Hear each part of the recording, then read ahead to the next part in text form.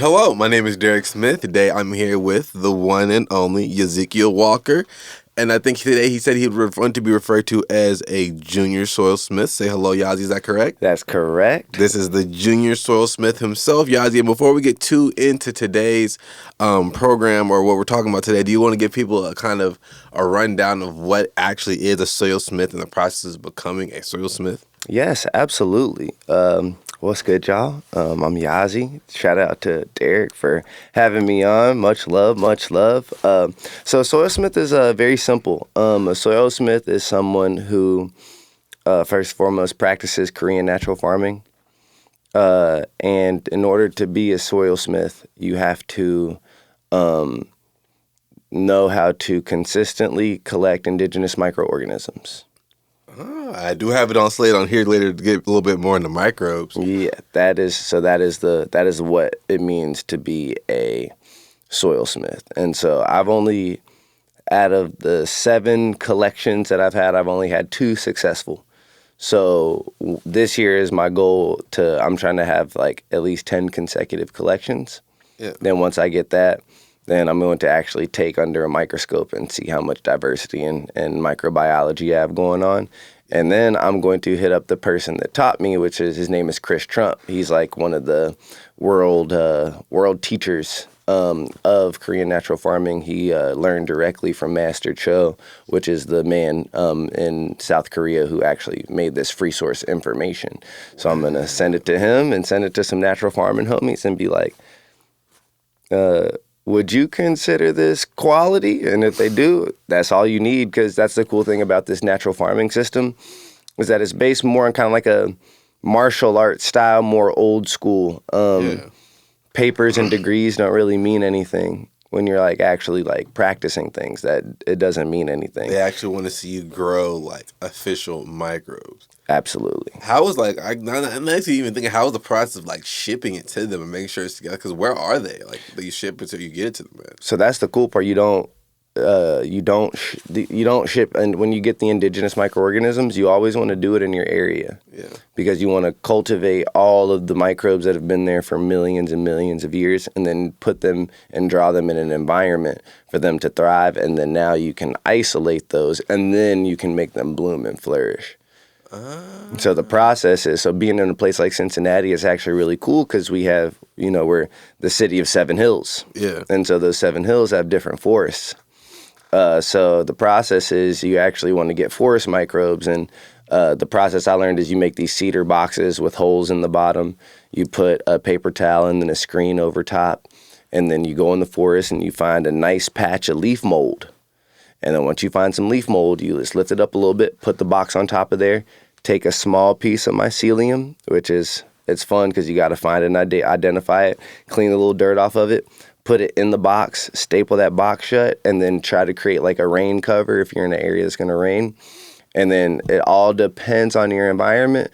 So like a place like Cincinnati is super, super muggy. So 3-4 days, and you got a nice solid collection in the middle of the summer. So what happens is you open the box, and it's just mycelium blooms. That's what the goal is. You'll have all this white fluff. Well, you'll have the random colors as well. That'll be other bacterias that'll, hopefully, if you did it properly, will be beneficial and good bacterias. What I did, so that's how my good collections look. The bad ones are yellow, slimy. They have this really rancid smell because they went anaerobic. Yeah. So now they are collecting all of like the nasty, nasty bacterias that like flies and not good things want. So yeah, I'm 2 for 7. So hey, but it takes time. Like you said, something like you have to like get your repetition, like get your shots up. And you have to know your environment and like really, really, really understand, like, because you do collect with rice. You cook rice and you cook it al dente. And if you don't get your rice like level, like your rice consistency perfect, it's over. You already messed up. Like it's so temperamental, but that's why it's fun, because it's like you fail, experiment. But the cool thing is too, the whole container might not even be spoiled. You can take just like a little bit, and if it's colonized good, that's actually a healthy part. Yeah. If the whole box, like most of the time, the whole box won't be completely devastated unless you really, really did a poor job of like getting it wet or something like that. Oh my goodness, Yazi, where were you during my biology class in high school? So I was actually not into any of this. I was skipping class and smoking cannabis. Oh my goodness, That's what Yazi, I was doing. Yazi said back then, he said I was not on top of the thing. I was like always super, super smart and always in like the smart classes because my mom made me. But like I went to Montessori school until 6th grade. And then I was thrown into public school style education at Performing Arts in 7th grade. Yeah. It did not like translate well. Like it was easy to get good grades, but like these like times of like every day having to like do like scheduled work, it was such an unfamiliar style with me because I came up like your project is due on these dates. I don't care if you do it the day before. That's up to you if you feel like procrastinating. But I'm gonna need this done. Yeah. However you get that's how my solid foundation of learning is. Yeah. So being put in that education just turned me off because I don't do homework. Yeah, he's like, I'm not taking work home. I'm here to do work, and then after that, I have to go. I mean, but that's like, that's kind of it's terrible. But I feel like they kind of schedule people to do like that at a young age. So then when you go into like your work or your job later on in life, that you feel more like natural or comfortable taking work from that home, or doing more Absolutely. stuff like that in a regulated system. So, Yazi, let's collect yourself. Tell me a little bit about the community garden. All right, so the community garden is super, super tight. First and foremost, I want to send a huge shout out to Studiiio. Yes. Studiiio is one of the most amazing, legendary human beings to ever grace this earth. I'm not even going to put her in a box of what she does because she's just so magnanimous. But I think the best term I could say for her is that just a true just like force movement within the city of Cincinnati. Just absolute. She does a lot. Like, engines for so many things that go on, whether like you know about them or not. She has solid hands in getting artists paid, caring for the homeless, sacrificing a lot for her own emotional and physical well-being to really care for a community. And so she actually reached out to me. Wow, so cool. This is 3 years ago in March. Oh my goodness, so we're coming right up on the anniversary. Yeah, we're coming up on the anniversary. It'll be literally 3 years in March. The beginning of the 3rd year in March. And so she hit me up one day and was like, hey, like I see that you're like interested in gardening and you're doing all that stuff. Like we're getting this plot on the West End. Would you be interested in, being the garden director for it? Yeah. I ain't gonna hold you. I was a little overwhelmed. And what I've learned about life is that a lot of the times it'll send things at you that you need to do, but you truly are not quite ready for. Yeah.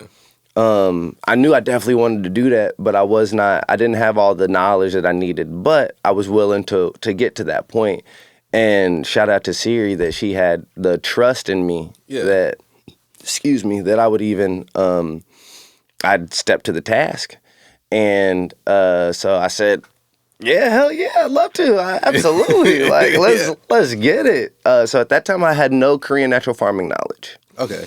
At that time, I only had hugelculture knowledge. Okay. What is hugelculture? So hugelculture is this really, really cool mound method. So what you do is you dig deep. You can do either mounds or holes. Yeah. I know some growers up in Michigan, he did a 10-foot pit, hugel pit. So you just dig a pit and then you layer it. So you're going to want to have decomposing wood, and then you want to have a bunch of leaves or wood chips, like a decomposition layer, and then you want to have like some compost, and then you want to keep on just layer that as much as you can. Once you layer that, then you want to get it into a mound formation. And then once you get that mound, you can plant on that mound.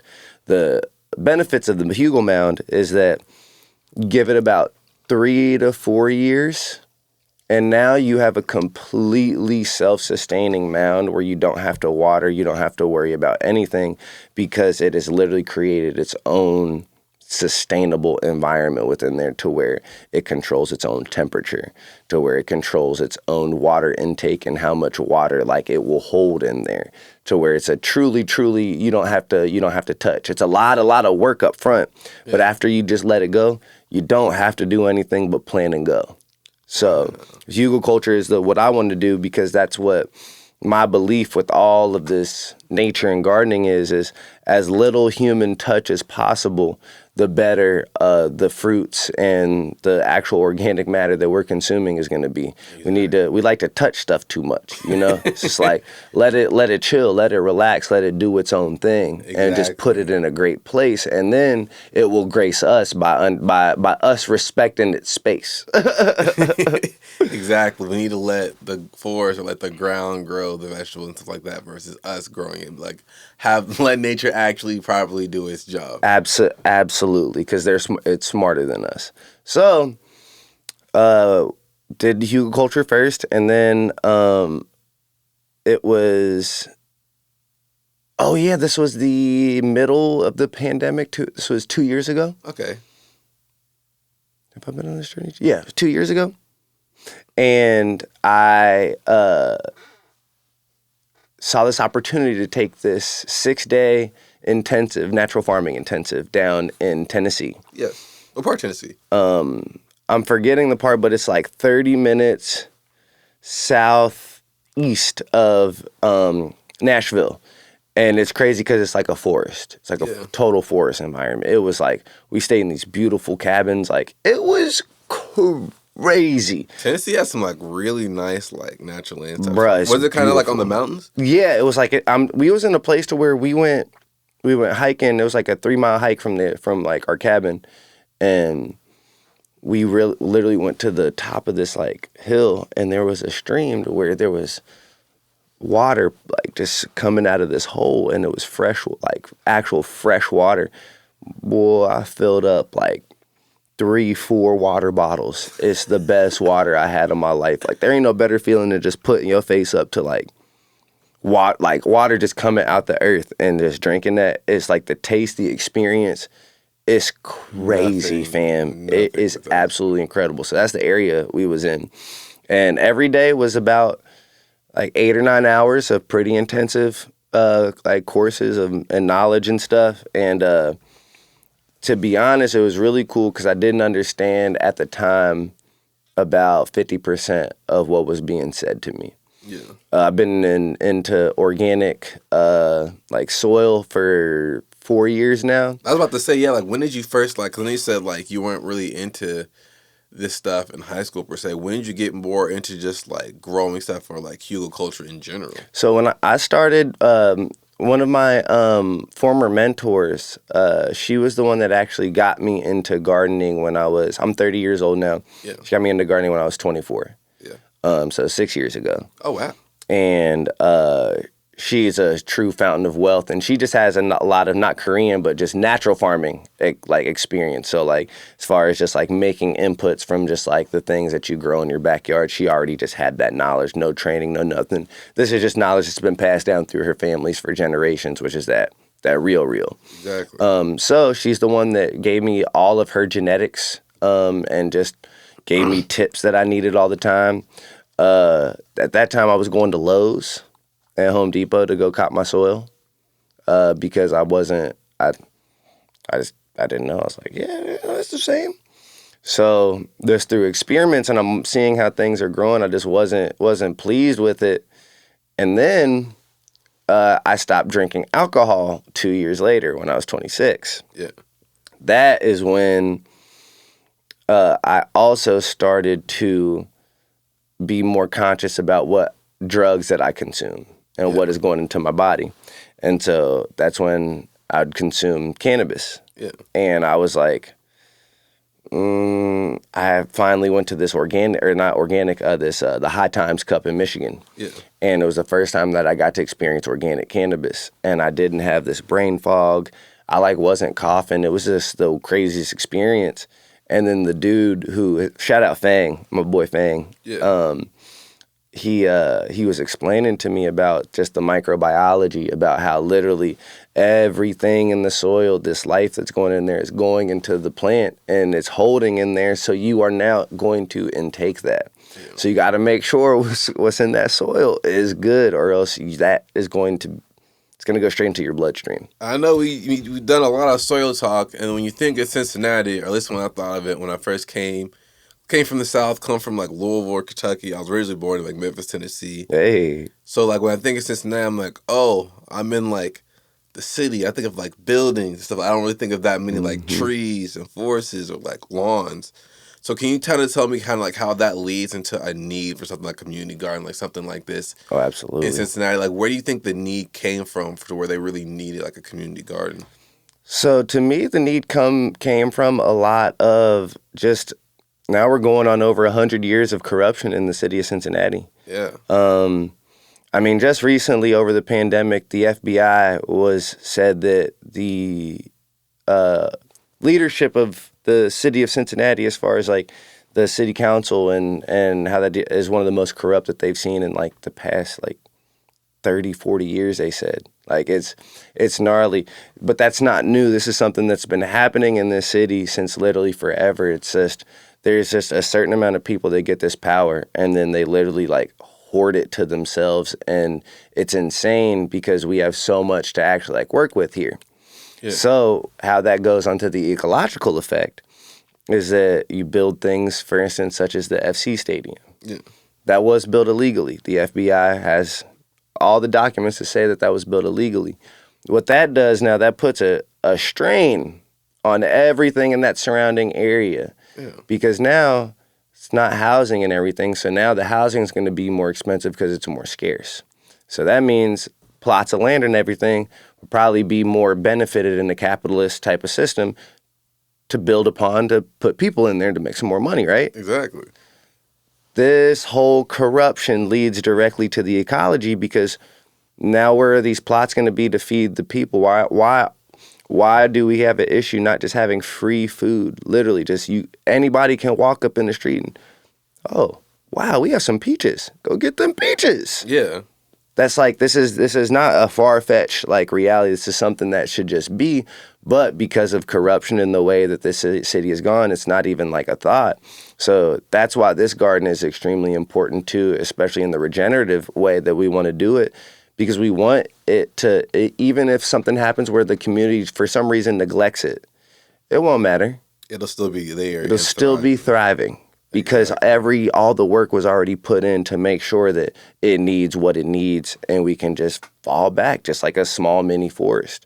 I mean, I've identified over 12 different types of fruiting mushrooms on this plot, and this plot was truly like, it was barren, just a barren plot. I went there with you a couple weeks ago, and I was really excited to actually just like touch the actual soil itself and like see the ground of the area itself. But even then, like, back to like the corruption, or it comes down to like a city planning issue to where these areas are just like neglected. 100%. Isn't this like historically an area where they had like food deserts? I know when I came to Cincy, I think in 2015, I claimed to go to UC. I remember them taking down that Kroger and putting it up, or doing it was a big deal just because in a lot of certain areas. I mean, I come from more of like a suburban setting, or even more from the South, to where I'm like, well, maybe even if you do gotta go to the grocery store or something to a ways out, it's just like a drive out, but everybody there is just used to having like cars or whatever to navigate, to where in certain cityscapes like here, it's a bit more confusing. When we came, we were trying to drive around and it was confusing to navigate, to figure out, well, where is a restaurant? All right, well, no, if you're stationed out here, where can you go to like get food? Like, it's like built like a city, but you need a car because the public transportation is so terrible. Yeah.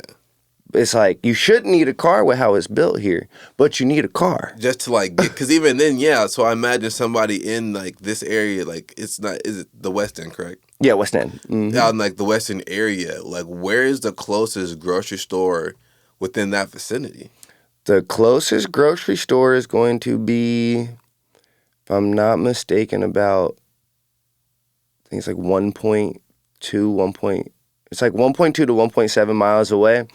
And it'll be the one on Central Parkway. Yeah.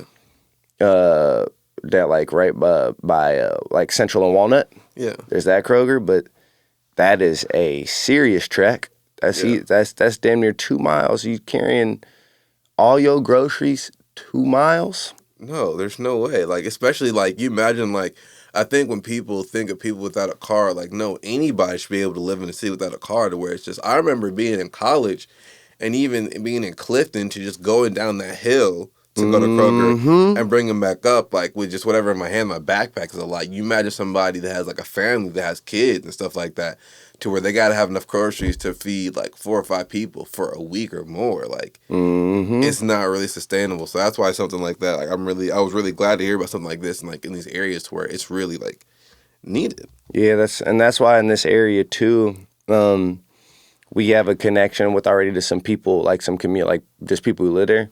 So we're growing stuff in there that they actually want grown there. Because I think one of the craziest things is when people go to community gardens and they'll ask like the people in that hood, yo, what veggies do I want us to grow? Yeah. Y'all growing broccoli. These people don't want no broccoli. Exactly. Like everybody at this point. What? That leads me to my next question. So what are you like you typically growing here at the community garden, stuff like that? Because I know at a certain point you were trying to make a focus on stuff that you knew people in these areas would actually eat. So what do you mostly you work on? What do you mostly grow? So this is the first year that we're actually going to be growing food for people. Ooh, okay. Because the focus on it wasn't to like, it's not to rush. Yeah. You know, we want to mimic nature as much as possible, and nature, she don't rush. She take her sweet time. Yeah. And so we could have easily just like grown some things in like our beds that we have just to be like, here's something. But that's not like the point at all what we wanted. So we've just been growing a diverse amount of different things the past 2 seasons. Yeah. So anything from sunflowers to like lamb's quarters, different tomatoes. We have an herb garden with sage, rosemary. We did a 3 sisters experiment with corn, beans, and squash. And then we have 4 pawpaw trees. We have an indigenous plum tree. And I'm forgetting the other 4 fruit trees. We have 4 like fruiting fruit trees as well. Oh, we also have a cherry tree. Ooh. That's also a really cool tree. That's a indigenous cherry tree. Oh my goodness. So the whole goal and point of that was to just get the whole entire plot just set so that I'm not going to be here forever. Yeah. Shout out to Adam Moeller. He is the co-director. That man puts in so much work. Without Adam, literally none of this would be able to be possible. Adam is absolutely a treasure of a human being. He's a teacher at Withrow. So shout out Adam. That is my guy. If you see Tribe Garden, you see me, you see him. It's like that. And when people are looking for this, I've been calling it the community garden. Is it technically the Tribe community garden? Yeah, it's called the Tribe Garden. Okay. The Tribe Garden. I feel so Travis for calling it the community garden. I want to make sure that when people come look this up, and when they do want to find it anywhere, is there a social media page or a website they could look for or something too? If they want to look for a little bit more information about the Tribe Community Garden and keep up with certain stuff happening as well? Absolutely. It'll be at tribefoundation.org. Okay. That's where you can find all the information. It'll have all the social media little links and everything like that as well. Most definitely. And now, if I do recall, we were talking about the community garden, and it's kind of a funny beginning you're telling me about how when you first set it up, it was not in the correct spot or where you initially thought it was supposed to be, or the plot that it was planned to be on. Am I? Yeah, so I'm not finna name no names because I'm finna keep it real PG. Not G, but PG. You know, I'm essentially, I could tell the story like Wesley Snipes Blade, but I'm going to tell it like Mahershala Ali Blade. Exactly. We're keeping it PG, no Procter and Gamble. Oh God. So the plot is at 1110 Garden Street down in the West End. Okay. There was someone who was formerly involved with the Tribe Foundation, who is no longer involved with anything related to any one of us ever. I want to make sure and ensure that their name will not be spoken as it should be forgotten about in history, but that person is not affiliated with me, Siri, Tribe, none of that, nobody, So now we got that out the way. Yeah. This person was the person getting like all of the logistics involved before I even got into this and approach for this for the garden, for the plot. So he's been going around just talking like for years about, yeah, we doing this, we doing that, and ain't planted a single seed. Not a blade of grass. Not a blade of grass. I'm like, all right, right on. So he tells us this is where our plot is. Yeah. Let's just say our plot is here. And then you take 20 steps west. And then that is where we did the initial work on the plot, because that's what we was told initially. That's where it was. Crazy part about this plot was it was so compacted, and obviously a house was buried there. So like, I don't know if you know, but a lot of times, like when they would like build houses or not tear down houses, they would like, once they had the basement, as much stuff as they could, like of the demo, they would just put in that basement and then cover it. Really? Because then you don't have to go and do dumping. Obviously, that's like a terrible idea when you think of lead pipes and all of the nasty things that were put into home building back in the day. Yeah. And now you're just leaving that to like decompose, get wet, possibly get into water supplies, all that stuff. So that was an obstacle that we dealt with. We won't be thwarted. We can't be stopped. I was down for the challenge because I was like, it's not even that this is devoid of life.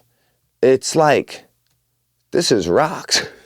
So this is just straight up rock. I mean, to be fair too, like the idea of like the community garden, it was just like this, from like a city planning standpoint, is what people in the worst conditions have to like work with. To where I'm just like, if 100%. You want like the idea or the mindset of what you have the community garden to like to spread, or for like people with more stuff to like to pop up, like this is what the people there like had to deal with. So like if it's this bad, you're just like, all right, well, time to get it. Time to crack some rocks.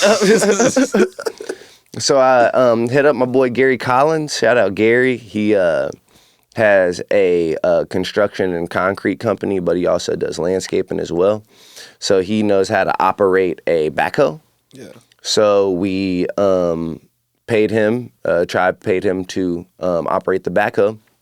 And don't tell me y'all have people out there in heavy machinery. We had heavy machinery out there scooping out these huge, like rock, like soil or dirt. Yeah, it's dirt. It's not soil. It's that dirt. We out there. I'm like helping move stuff out the way, like putting rocks in wheelbarrows, because I'm like, oh, this is absolutely insane. Finish it in about 2 hours. You bang it out. Yeah, bang it out. But it's still pretty rough. Pretty rough. Tell me why. 2 weeks go by. Get a call. Hey, I think we dug in the wrong lot. What? What you mean? That's the plot. You told me that this is where we growing. That's like we've done all the logistics. This is where you said we would. What? This is all right. So I'm like, all right, this must be a confusion. So like, this is 1106 Garden Street. This is 1110 right there. We supposed to be right there. And I was like, all right, wow. So the main thing was the money. Yeah. We are a nonprofit. Yeah. So that means we get grants. Yeah. It means that heavy machinery costed money. Paying that man costed money. Money that really, really, really we still to this day could have used Exactly. for a lot of stuff. All for nothing, and it's not even beyond, it's beyond nothing. I then had to go every day and chip away with a wheelbarrow and a shovel and go and hand fill those holes. Wait, you had to go back and hand fill up the holes back in the incorrect location? Yep. Y'all didn't know that part. Bruh. I had my boy who helped me dig it, Derrick. He brought a load of gravel so we could just just fill them up. Had to scoop gravel for hours and hours to fill these holes up because the owner of the plot was tripping because he was trying to use it for parking. Fam, when I tell you, my spirit was tested. He said, "You must think I'm Shia LaBeouf." He's like, "I'm not out here just digging up these holes for nothing." And they called me Zero, and when I was a little boy in school, because I'm light skinned and mixed, and I had the crazy hair. And it was like, "You Zero from holes?" Nah, I'm not though. I'm not. He said, "I'm not out here just digging holes." No, this is not that. Oh my goodness! So then, was the actual plot that you guys made it to? So you figured out 2 weeks in, you was in the wrong area. When you did make it to the correct area, were the conditions any better than the other ones? So that's where it was cool. It was actually a blessing in disguise. It's like if we would have started there at the first place, it would have been just literally perfect. Yeah. And we would have had an extra $1,500. Oh my goodness. But guess what we had to do? We had to call a little buddy back, Gary. Yo, my dude, you trying to pull up again with that thing? Oh my God, let's go. Oh man, Gary was putting in the work that month. Bro. Gary wasn't even upset. Gary was like, "Hey, this is good." He said that grant money right now. That grant money's hitting one way or another. He said that grant money works. It's real. The grant money is real. Oh my goodness. And so yeah, that plot was actually way in better condition, and I was very happy because there was already stuff to work with. We had a bunch of native weeds growing already in there, and that was the sign to me. I'm like, oh, cool. I'm just gonna help these grow already, and then once I see that they start getting in better health, that'll be my sign of like, all right, cool. Now we're ready to really take it to the next stage. Yeah. So then what all did you really have to go into this? I know a lot of it was the microbes. Before we get too deep back into the microbe talk, what was the main thing? I know you had Gary come through to shake down some stuff in there, but you had a lot of contraptions in there. I know you had some water stuff going on in there, stuff like that. Yeah. So what all stuff did you had to do really to treat the grounds there? So I've done the past 2 seasons since I learned the natural farming methods.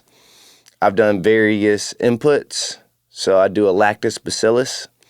A lactis bacillus is a simple, very beneficial bacteria. Yeah. All you do is you wash some rice, and then you take that water, and then you strain that water. You put a paper towel over it with a rubber band, let it sit for about a day or two. You want to smell it. You just want it to smell sweet. If it smells funky, it's bad. Yeah. It only needs to smell sweet. You take that, you mix it with at a ratio of 10 parts milk to 1 part rice water. Yeah. You do that same process, put a paper towel with a rubber band in a jar. You let that sit for about anywhere from 3 to 7 days, and now it's going to separate into a thick curd, and that is going to be your separation of the fats. Yeah. And then the liquid is going to be your lactis bacillus, so basically your liquid whey. Mm. And it's really cool because what it does is it is a natural soil conditioner. So if you just consistently spray this and you put this in your soil, this is like an anti-tilling. Because we don't believe in tilling. Yeah. Well, what exactly is tilling? Tilling is when you are digging up to bury. Okay. So in traditional farming, you'll see big machines, and they'll literally dig up all those. So we dug up initially for the hugel mounds. Yeah. And that was the only dig because there wasn't anything going on. Yeah. And so that's why doing that type of digging is different because we're making a mound. Yeah. We're never digging in that ever again for as long as we exist. We're never digging into that mound. And then you were saying you had something as a conditioner, so I'm like, you have constructed Shea Moisture for so 1,000, no, 1,000, not 1,000. I keep her lotioned. exactly. Wait, She and what's it stay called lotioned again? up. It's called Lactis Bacillus, or Lactis Lab Bacillus. for short. It's called Lab. It's called Lab. Okay. It's called Lab. How long did it take you to typically make enough, or how long did it take you to make enough to treat the community garden? A week. So the coolest thing about all these methods is the cost effectiveness. So for the milk that I get, I get the like good like local milk. Yeah. It's like $4.79 a carton. Yeah. I cop 20-pound bags of rice because I love rice. Yeah. Those run me $20-$30 and last me literally like at least 6 months, at least. I know you could probably buy rice in bulk like that. Oh, go to Cam Market, the Asian Mart up in Reading, and just cop a bag of rice. That is literally, it's the way to go. They got the basmati up there? They got the basmati. They got all of them. I'm in there. Actually, if you want that, they got big bags of basmati rice over at Jag Deeps. It's the Indian store over on Ludlow in Clifton Gaslight. Say less. Yeah. When it comes to the rice, I'm trying to. I have a rice connoisseur, fam. I'm not gonna lie. Like with that rice. I'm saying this, and like mentally, I'm trying to write this down. But I'm definitely like after this gonna like send you a message. No, like, I got you. I need to figure out where I can get this right. Yeah, I got you. But I got off a tangent. What was I saying? I don't know. Oh no, we're talking about the lab. The lab. Yes. Yeah. And so it's just the cost effectiveness is insane because with that one. It's not a gallon, 1 quart of milk, I'm making easily probably about at least 24, like between like 20 and 40 ounces of lab. Wow. And so you obviously put this in a dilution for the water. You don't put this directly on. So that right there with twice a week sprays, foliar sprays, that's lasting me the whole entire season. Wow. And then, like, I'll segue that into, like, I know this has been your main focus for a while, microbes, which is, like, a big focus. I think you said the Korean gardening method. What's this Korean? So, it's the main focus on the Korean natural farming. Okay. But the microbes is the main thing because all of this, what this entails is, it's going by the philosophy called the food soil web. Yes. And the food soil web, while it is a philosophy, it's also just like it's not a theory because it's the practice and tried true science of nature. It's like how actually nature works, not the theory of how we think it works. Yeah. It's actually how it works. And so all of this is just within the food soil web. Okay. Which is coined by Elaine Ingham. Shout out to Elaine Ingham. I always like to shout out all of the people who really, really got this going just because I think they should be superstars. And they should be what we think of as celebrities. Not treated like celebrities, but what we have the idea of celebrities. The attention that we pay to people, you know. Let's pay attention less to Kardashians, more to the Elaine Inghams because, like... If they could give us, like, good soil again and we could, like, get proper like 30% of nutrients back in like food that everybody else is going to eat. That's like, I don't think people understand how big of an impact that really is. Fam, this is where my brain goes to. I want people to get tapped in with this and so then they can make it their own. That's what I did. So I took this natural farming information and I made it into like also a business by making probiotic drinks from a process that I learned with this. Yeah. That idea, nobody else there thought of because they didn't have my experiences. Yeah. There's so many people out there because we don't have the same experiences that what if you now wanted to make a reality television show of your experience of starting up on a farm and you doing the food soil web? You can get as ratchet and crazy as you want. But now the actual, like, what this is wrapped around is regeneration of the earth with just entertainment on top. That's crazy. I didn't even think of that. Have there ever been like plant or like farming based reality TV shows? Are they just so commercialized? That there's They're not really any so knowledge in it? commercialized now that they're just like, it's terrible. Like Turner Learning Channel used to have like stuff, but now there's not really much learning on that channel anymore. It's really more just nonsensical, like brain dead treatment. Oh my goodness. So then what's new in store this year for the community garden? I know you said this is the first year you guys are actually having like plants and stuff that you're gonna have to people. So then let me know like what's news coming and when are you guys gonna be up back and moving again? So we are planting. We are thirsty. I already have some 3 different types of potatoes. I have some yams, some I forgot what African country, but I got some genetics and I have those sprouting. I have some. Come I'm sorry. Nah, you already know. I'll put the ball up right there. I'll put the ball right there. You gotta put it in there. You gotta put it in there. Sweet. I got some purple kuzu. It's either kuzu or yuzu potatoes. They're Japanese purple potatoes. They're they're a great combination of just like more mild but a little bit of sweet potato. Okay. And then just regular russets. Nice. So we're gonna have potatoes this year.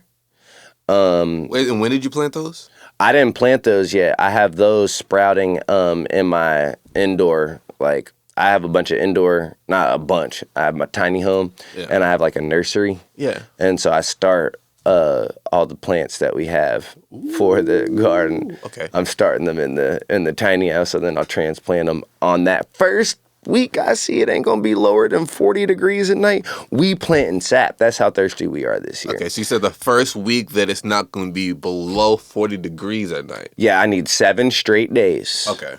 Once I get my 7 straight days of literally the low's not getting below 40, then I'm good. So realistically, that's gonna be about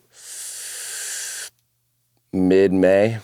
Mid-May, okay. Because we've been getting some late frost the past couple of years. No, I imagine, it's been like, it feels like the seasons are kind of shifting. One thing gardeners would be doing is we'd be so thirsty because we so ready to get up out there that oh my God, it's 70 degrees. It's March 3rd. It's time to plant. And then next week it's a snowstorm. And you're like, oh, I got a little hasty, didn't I? So that's like, we're not going to get hasty this year. Okay. We're growing a bunch of collard greens because a lot of the community people around, they love collards. 100%. So I'll be one of them. Yeah, absolutely. So like, that's the cool thing that we're going to be doing this year. We're going to be like actually outreaching to people like within the community, and we're going to be doing like a greens cook-off. Ooh. So like, we're going to provide like the ingredients because I have connections to like local like butchers, stuff like that. Unless they get all the neck bones. Get some neck bones, get some turkey, get some bacon, get all that good stuff, right? And have that donated to us because you need to donate that to us. Yeah. And then we literally have, all right, you go and you harvest as much greens as you want. We're going to have the actual burners out there, and then we're going to start at 9 a.m. The reason we're going to start at 9 a.m. because greens, them collards, they're going to take a little bit. They got to sit. They're going to sit for a little bit. Treat them. So now, 6, 7 o'clock at night, all right, y'all, it's judging time. Let's go, green cook-off. Yeah. And I think things like that is what's going to actually make this the revolutionary aspect. Not just this land can just do this on its own, but that the people are actually involved and touching and moving with the actual land that they have always supposed to have been able to touch and eat and live from. And it's just so basic that, to me, that is truly just like therapy. Yeah. And that is just like, I can't wait to see that. Exactly, man. Exactly. And even then, so if somebody or people wanted to get more involved with the tribe community garden, stuff like that, where or what can they do to support you guys, or what's the best way that they can support you or be a part of this they want to like partake in? So that's the thing that I'm going to do way better on this year, and learning this has been really cool because learning how to like be a proper leader and communicate what you need has been something that's difficult for me because in my experiences, I've had to do so many things alone. And in this, nothing ever in nature works alone. It's all in cohesion. Yeah. Everything is working together.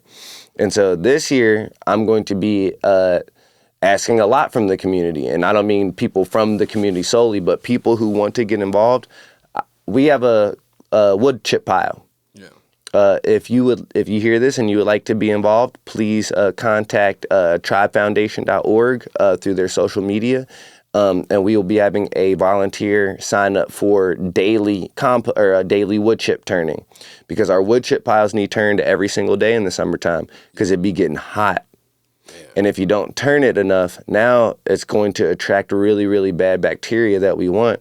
So this is something that if we can get a solid 7 to 10 people, now we could have a rotation of literally every day. Now one person just has to come every 7 to 10 days and just turn that pile, or get 2-3 people turn that pile. But these are the things that I will be asking of if you would like to get involved, because I don't want it to be misconstrued as this is glamorous and amazing. It's sweaty, it's hard work, and the gift is just the inherent feeling that you know that you're connecting, you're getting like actual bathing in good microbes, and that you just know that you're doing a good thing for your spirit and the earth, and that is the payment. And I want people to really, really understand that if you want to get involved, that's the payment that you are receiving. Exactly. You gotta get your hands dirty, you know what I'm saying, to get some good sweat. You're going to be sweating.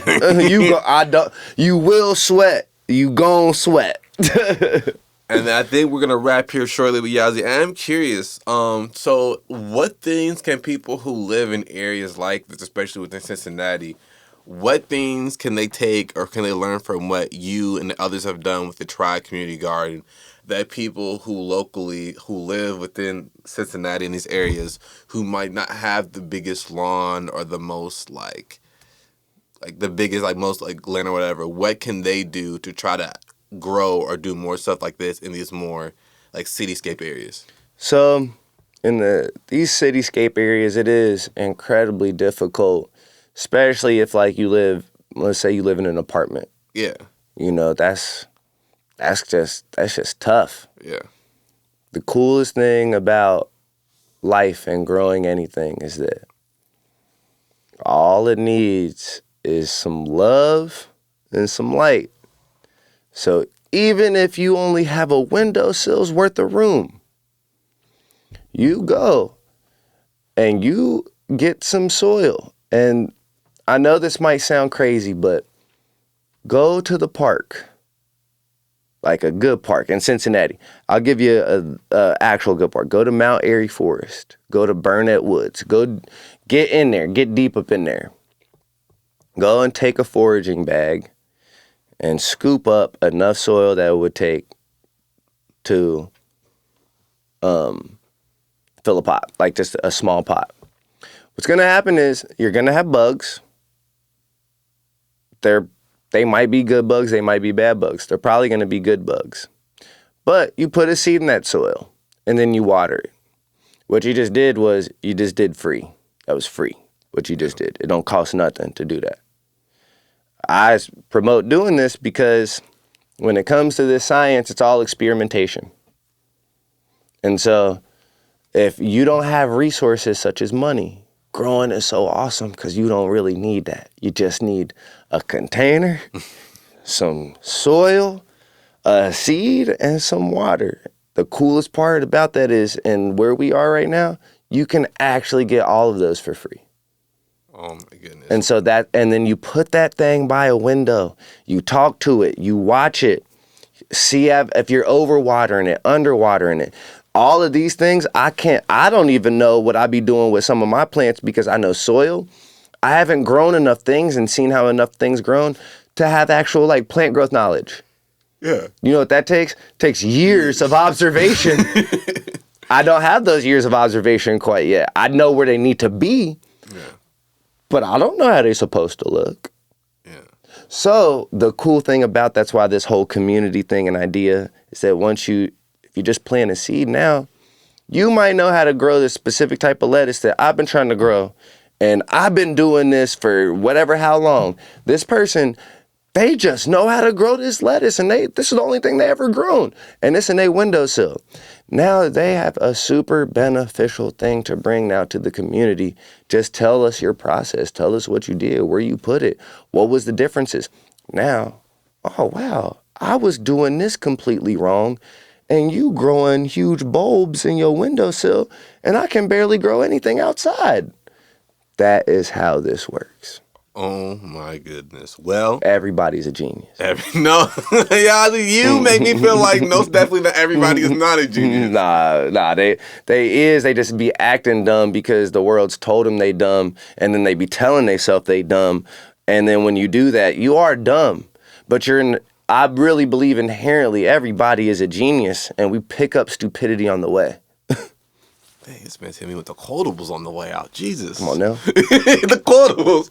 But yo, thank you, Yahezequiel Walker, once again for coming through on the first episode, or the first prelude to Ground Level. And before we get out of here, Yazi, is there anything tribe, community garden going on, or anything you have going on that you would like to promote? Yes. So, we have every single final Sunday of every month at Piat Park.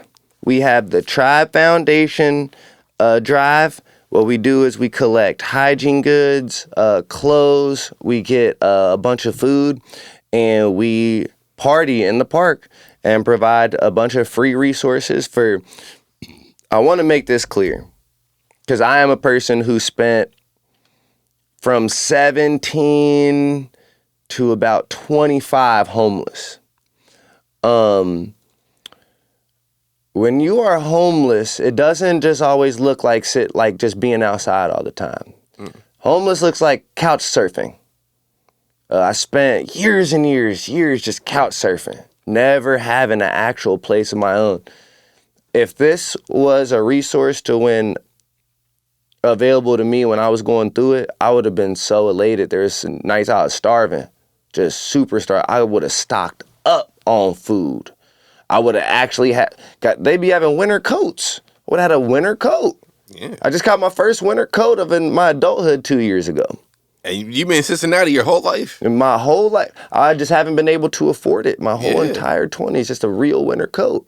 Yeah. So if you can please just donate your time, resources, anything to that truly helps significantly, because the more attention and the more people that come and draw to do that, now the more opportunities that people will have to want to give to us, to now the different sectors of the Tribe Foundation, which I'm a part of the garden department, now we have opportunities to receive more, to now we can take it to higher levels. So to me, that's where it all starts. It starts at the Piat in the park and the actual caring for those people. The more that we can get people back in and actually funding that, the garden will be able to see more money. Exactly. And really quickly for the do you mind telling them again where that happens, when it happens, and what they can bring? Yes, every final Sunday of the month at Piat Park. Piat Park is across the street from the downtown Cincinnati main library. We have food, but the things that we need hygiene materials. We need clothing, since it is, I don't know when this will come out, but for seasonal, wintertime, always need hats, gloves, scarves, hand warmers, coats, all that. Springtime, we need shorts, definitely need hygiene materials, water, lots and lots of water bottles, refillable water bottles, backpacks, travel cases, and hygiene materials. If you have anything like Narcan, not Narcan, but drug testing kits, any of those are definitely things, sexual, sex protection. Everything amongst that, things that people just need and we don't ever think about because we just have them. Yeah. Bring those. Exactly. Bring those. Exactly. if it's useful stuff like that we have that you might think that we might take for granted, bring that. Bring that. Exactly. Absolutely. Bring that. But man, Yazi, thank you so much for coming through. It's been more than a blessing to have you come spread your knowledge and give advice to everybody. But once again, thank you guys for tuning in to another episode. My name is Derrick Smith. See you next time.